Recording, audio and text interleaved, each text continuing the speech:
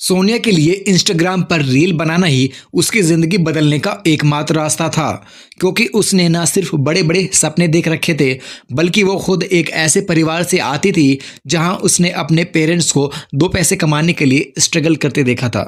उसके माता पिता बिहार से थे, जो काम धंधे की तलाश में दिल्ली में आकर बस गए थे।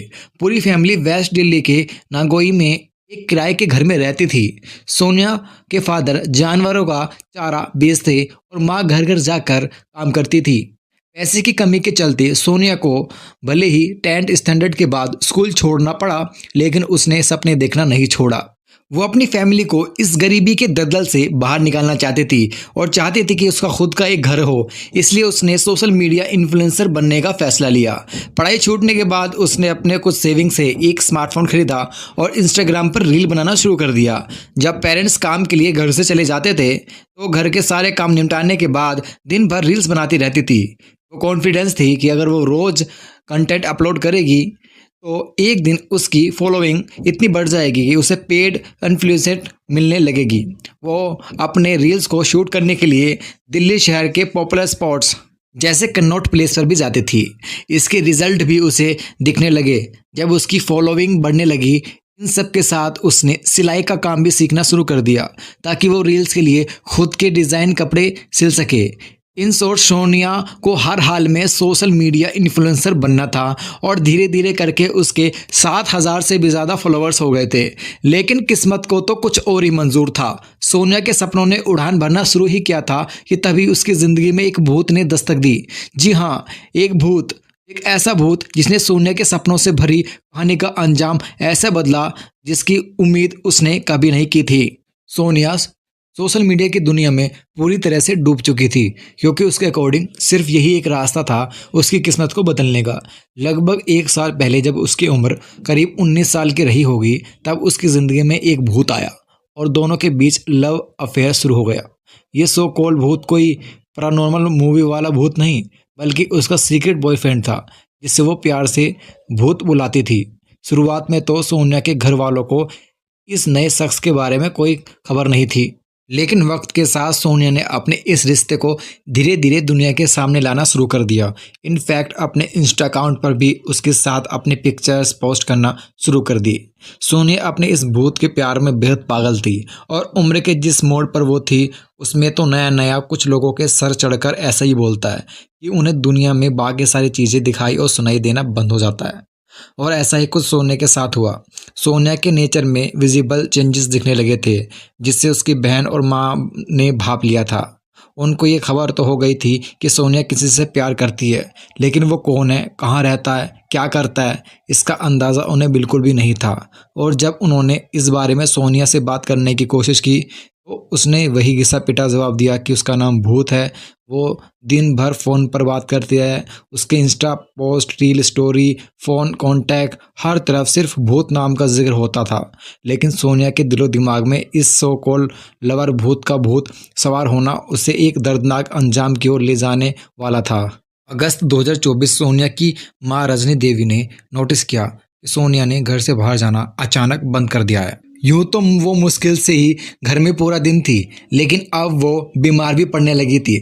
उसकी तबीयत के सिम्टम कुछ अलग ही थे।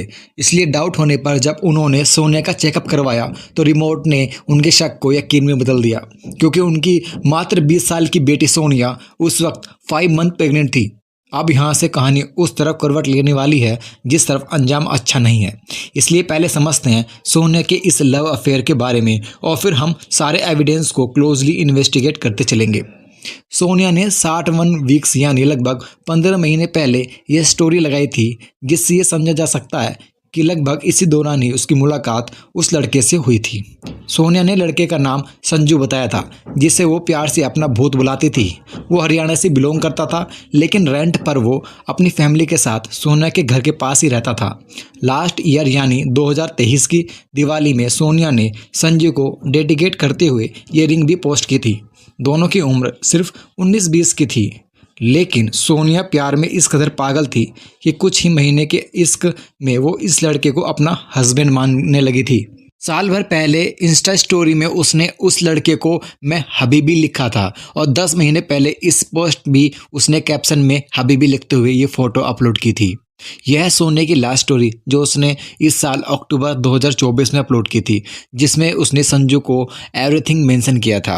अक्टूबर 2024 को सोनिया प्रेगनेंसी के 7 मंथ में एंटर कर चुकी थी। उसने अपनी फैमिली में ओपन कर दिया था कि संजू ही इस बच्चे का पिता है और वो पूरी ज़िंदगी संजू के साथ बिताना चाहती है, क्योंकि उसने हर तरह से उसे अपना हस्बैंड मान लिया था। वहीं संजू ने सोनिया को बता रखा था कि भले ही वो अपने माँ बाप और बड़े भाई एवं भाभी के साथ रहता है, लेकिन उन्होंने उसे बेदखल कर रखा है। डिलीवरी डेट नज़दीक आ रही थी और सोनिया अपनी नई ज़िंदगी की शुरुआत के लिए एक्साइटेड थी। उसकी संजू से कोई शादी नहीं हुई थी, लेकिन फिर भी इस साल 20 अक्टूबर 2024 को उसने करवा चौथ का व्रत रखा था। उनकी इतनी कम उम्र की बेटी जो न सिर्फ शादी से पहले मां बनने वाली है, बल्कि एक शादीशुदा लड़की की तरह एक्ट कर रही है, ये सब देखते हुए वो भी मजबूर थे। इसलिए उन्होंने आखिरकार उसके इस रिलेशन को एक्सेप्ट कर लिया था। करवा चौथ पूजा की नेक्स्ट डे यानी 21 अक्टूबर 2024 की सुबह 4 बजे सोनी अपना सारा सामान पैक कर घर से निकल गई। जाते जाते वो अपनी बहन से ये बोलकर गई कि संजू की माँ उससे एक्सेप्ट नहीं करेगी, इसलिए वो संजू के साथ अलग जाकर अपना घर बसाएगी। जब सुबह 5 बजे सोनिया की माँ रजनी देवी की आँख खुली तो उन्हें पता चला कि उनकी बेटी घर छोड़कर जा चुकी है। उन्होंने उसे कॉल किया तो पहले फ़ोन स्विच ऑफ आ रहा था और फिर कुछ घंटे बाद जब फ़ोन उठा तो दूसरी तरफ से आवाज़ आई कि मैं संजू बोल रहा हूँ, तुम्हारी बेटी तुम सबसे नफ़रत करती है और वो किसी से भी बात नहीं करना चाहती। तुम लोग उसे बार बार फ़ोन करना बंद करो। सोनिया की माँ रिक्वेस्ट करती है कि आखिरकार ये बता दो कि मेरी बेटी कहाँ है, कैसी है, लेकिन वो बात कराने से मना कर देता है। पूरा दिन उसकी सोनिया से कांटेक्ट करने की कोशिश नाकाम हो जाती है। उसी रात 11 बजे जब सोनिया के भाई मनीष ने उसे फिर से कॉल किया तो संजू ने फिर से वही जवाब दिया, लेकिन इस बार मनीष को बैकग्राउंड में कुछ शोर सुनाई देता है, मानो संजू के साथ कुछ लोग और भी हैं। तभी मनीष के कानों में कुछ ऐसा सुनाई पड़ता है जिसके उसको एक बड़ी अनहोनी का इशारा मिला। मनीष के संजू को किसी से बोलते हुए सुना, गड्ढा और गहरा खोदो। दिल में बैठा ये डर बहुत बड़ा था, इसलिए सोनिया के सभी घर वाले नागलोई पुलिस स्टेशन में मिस कंप्लेंट दर्ज कराने पहुंचे, लेकिन पुलिस ने यह कहते हुए कंप्लेंट फाइल करने से मना कर दिया कि लड़का और लड़की दोनों ही बालिग हैं और आपकी बेटी अपनी मर्जी से गई है, इसलिए वो उसमें कुछ नहीं कर सकते। पुलिस से जब निराशा मिली तो उन्होंने खुद से संजू के बारे में पता करना शुरू किया और पता करते करते आखिरकार अगले दिन संजू के घर पहुंच गए। पर यहाँ उन्हें जिस सच से रूबरू होना था उसका ख्याल तो उन्हें सपने में भी नहीं था, क्योंकि सोनिया जिस संजू के साथ गई थी उसका असली नाम सलीम था। सलीम के परिवार वालों ने सोनिया के घर वालों से ये कहकर पल्ला झाड़ लिया कि उन्होंने सलीम को बेदखल कर दिया है और उनका उससे कोई लेना देना नहीं है। सारे रास्ते बंद थे, पुलिस से भी कोई मदद नहीं मिल रही थी और नए खुलासे ने तो उस शक को और भी गहरा कर दिया था। अगले दिन यानी 23 अक्टूबर को सोनिया के भाई मनीष के पास पश्चिम बिहार पुलिस स्टेशन से एक कॉल आती है, जिसमें एक पुलिस ऑफिसर मनीष को बताते हैं कि उन्होंने एक लड़के को बिना नंबर प्लेट की बाइक चलाते पकड़ा है और उसके पास से कुछ डॉक्यूमेंट और आधार कार्ड मिले हैं। वो आधार कार्ड सोनिया और उसके फादर के थे, जिसे सोनिया अपने साथ लेकर गई थी। मनीष ने नागलोई पुलिस स्टेशन पहुंच वहां के पुलिस ऑफिसर को इस बारे में इन्फॉर्म किया, जिसके बाद पुलिस की एक टीम उस लड़के को पश्चिम बिहार पुलिस स्टेशन से नागलोई पुलिस स्टेशन लेकर आ गई। पकड़ा गया लड़का कोई और नहीं बल्कि वही सलीम उर्फ संजू था। पुलिस ने जब उससे सोनिया के बारे में पूछा तो पहले उसने कहा कि अब वो किसी से मतलब नहीं रखना चाहती, लेकिन पुलिस ने जब सलीम से सख्ती से पूछा तब उसकी जुबान से सच निकलना शुरू हुआ और ये सच एक ऐसी साजिश थी जिसमें सोनिया को बड़ी चालाकी से फंसाया गया था। 21 अक्टूबर की सुबह जब सोनिया घर से सारा सामान लेकर निकली तो सलीम उर्फ संजू उसे कार से पिक करने के लिए आया था, जो उसने रेंट पर ली थी। रास्ते में उसने अपने 2 दोस्त पंकज और ऋतिक को भी पिक कर लिया था और सभी रोहतक के लिए निकल पड़े। सोनिया ने सलीम से, जो उसके लिए अभी तक संजू ही था, उस पर शादी करने का दबाव डालती है, क्योंकि कई महीनों से सलीम शादी की बात पर सोनिया से थोड़ा इंतजार करने के लिए बोल देता था। गाड़ी बहादुरपुर से रोहतक के बीच हाईवे पर थी जब शादी को लेकर दोनों के बीच झगड़ा शुरू हो गया, क्योंकि सोनिया अपना सब कुछ छोड़ उसके साथ घर बसाने का सपना लेकर निकली थी। सलीम जानता था कि सोनिया अब शादी करने की जिद पर अड़ चुकी है, इसलिए उसने पहले से ही साजिश रच रखी थी और ये सब उसके प्लान का ही हिस्सा था। सोनिया का तो पता ही नहीं था कि संजू बना ये किस इरादे से उसे लेकर निकला है। झगड़े को शांत करने और सोनिया को समझाने के लिए उसने उसी दिन रास्ते में आखिरकार शादी करने का वादा किया और इसी बात का जश्न मनाने वो सभी रोहतक में पार्टी करने के लिए गए।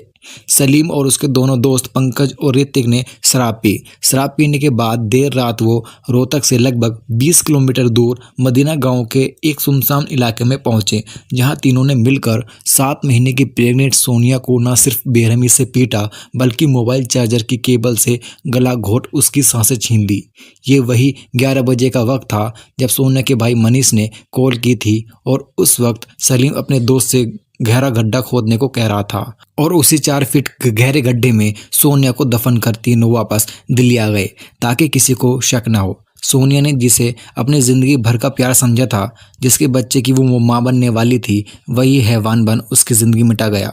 यहाँ तक उसे पेट में पल रहे अपने उस मासूम बच्चे का भी ख्याल नहीं आया।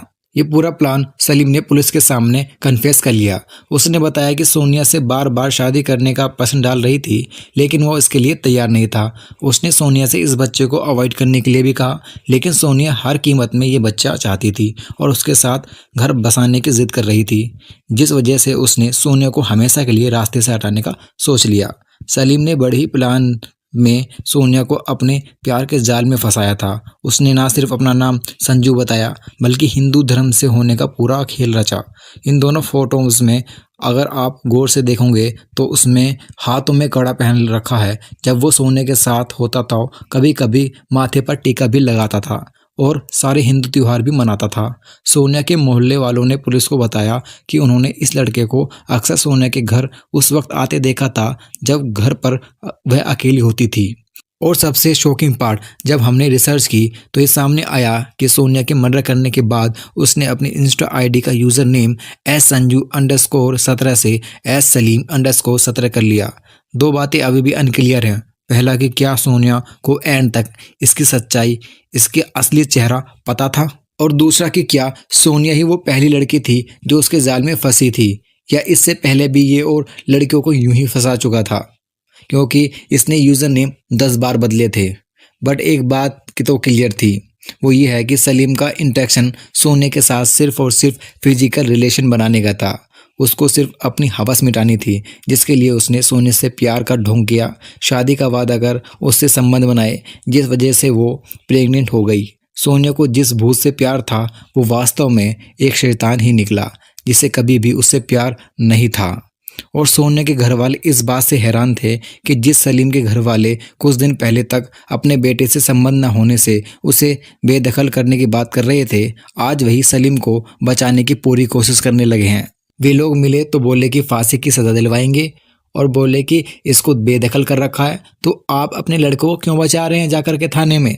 शायद सलीम ने बेदखल वाला ड्रामा इसलिए रचा ताकि सोनिया न कभी उसके घर जा पाए और न कभी वो उसकी असली पहचान जान सके। सोनिया आज इस दुनिया में नहीं है, लेकिन ये केस उन सभी लड़कियों के लिए एक सबक, एक सीख छोड़कर जाता है जो प्यार में आग बंद कर अपना सब कुछ लुटाने को तैयार रहती हैं। ये ज़रूरी नहीं कि जो कनेक्शन आप महसूस कर रहे हो, जो इंटेंशन आपके दिल में हो, वही सामने वाले शख्स के अंदर हो। बड़ा आसान है आज के वक्त में कई नकाब ओढ़कर धोखा देना। इसका मतलब ये बिल्कुल नहीं है कि आप अपने आसपास के सभी पर शक करने लगें, लेकिन ये बेहद ज़रूरी है कि रिश्ते में आगे बढ़ने से पहले थोड़ा ठहरें, थोड़ा वक्त लें, क्योंकि मैंने पहले भी कहा है कि इन सब सिचुएशन में वक्त ही आपको सबसे अच्छा दोस्त होता है। जैसे उबलते पानी में आपको अपना चेहरा साफ नहीं दिखाई दे सकता, वैसे ही प्यार में पड़े इंसान के दिलो दिमाग में जब इमोशन और फीलिंग उबाल मार रही होती हैं तो उसके लिए सच्चाई देख पाना मुश्किल होता है, जिसका फ़ायदा वो बहरूपी उठा लेते हैं और जब तक समझ आता है तब तक समय भाप बनकर उड़ चुका होता है। दोस्तों, ये कहानी आपको कैसे लगी? अगर अच्छी लगी हो तो लाइक करें, इस चैनल पर पहली बार है तो सब्सक्राइब करें और इस कहानी में आपके क्या राय हैं हमें कमेंट करके ज़रूर बताएं। मिलते हैं ऐसी नेक्स्ट वीडियो में, तब तक के लिए टाटा सी यू, बाय बाय। जय भीम, जय भारत, जय जवान, जय किसान।